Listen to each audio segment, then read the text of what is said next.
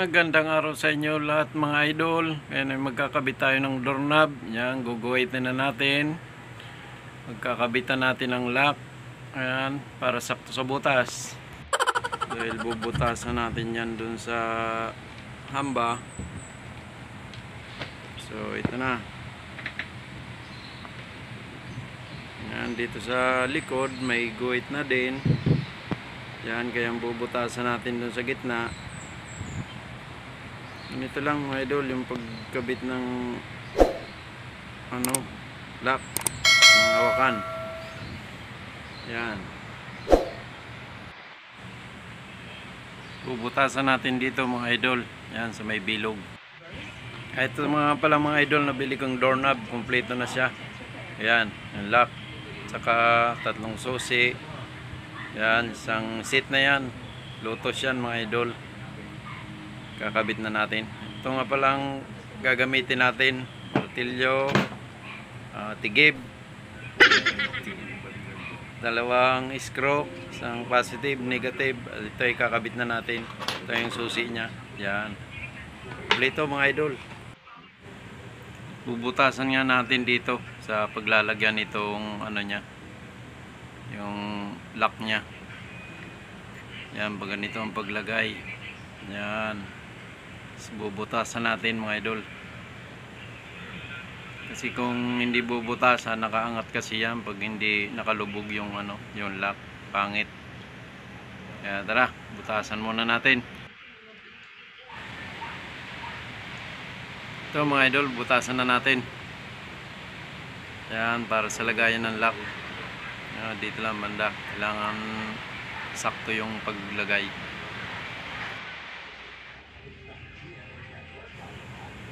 At ito na mga idol, nabutasan ko na. Yan, sasalpak na lang natin to at lalagyan ng tornilyo. Ganyan. Yan, sakto yun sa butas mga idol. Ito na nga mga idol, kakabit na natin. Kailangan muna tanggalin natin dito. Susundutin nyo yan, yung maliit na butas na yan, para matanggal yung isang hawakan. Yan, ganyan. Yan.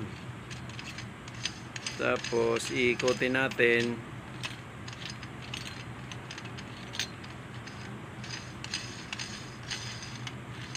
Tapos saka natin isasalpak doon sa pinto.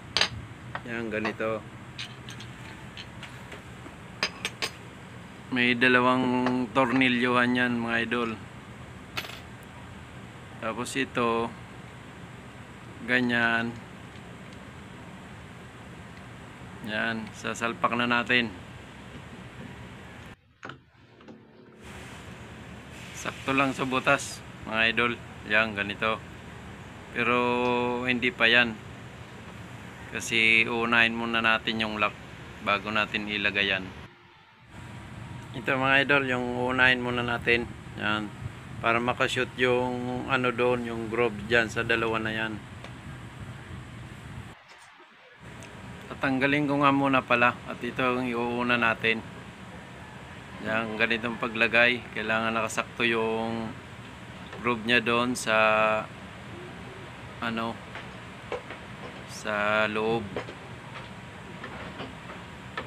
Madali lang yan ikabit mga idol. Yan, kailangan nakabaon din yung lock niya doon sa sa pinto. Yan, ganito siya mga idol. Kailangan nakabaon din dyan ng konti. Yan, para hindi siya gagalaw.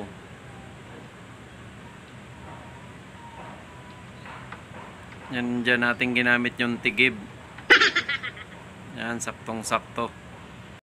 Ito na, inuna na natin to. Yan. Ikakabit na natin.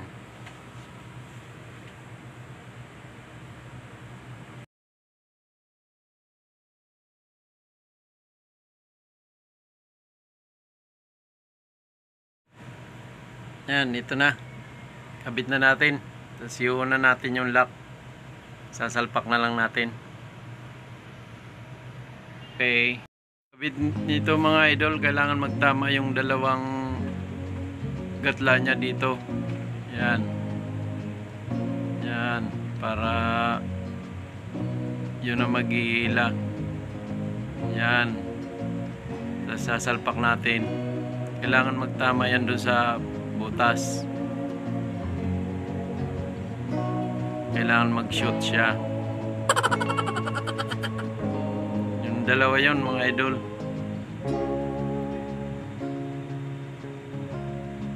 Yan, kailangan magsakto yung ano niya, yung gatla niya doon sa loob.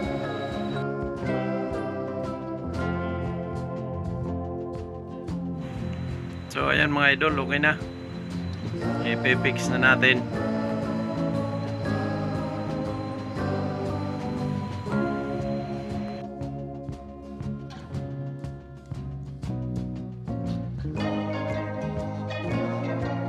Tutorial lang to mga idol sa mga baguhan na hindi pa marunong magkabit ng doorknob. Sana mapanood nyo to. Yan, may dalawang tornilyo yan dito sa likod. Yan.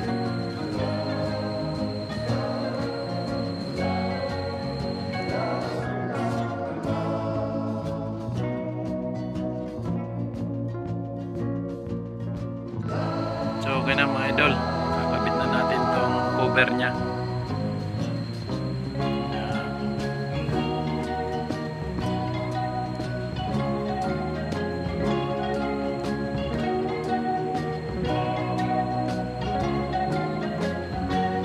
Kailangan hindi siya alog-alog. Kakabit na natin to, hawakan. Kailangan nakasakto dun sa groove nya, yung may lock, para hindi siya mabunot.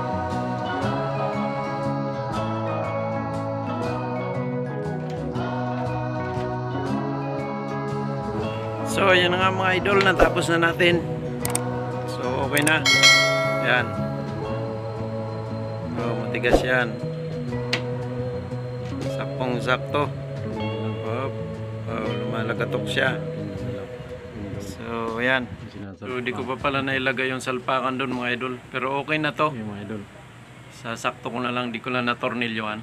So ganito lang mga idol, magkabit ng doorknob sa mga baguhan at sa mga nagustuhan ng video na to mga idol, huwag lang kalimutan mag-like, share, comment at subscribe.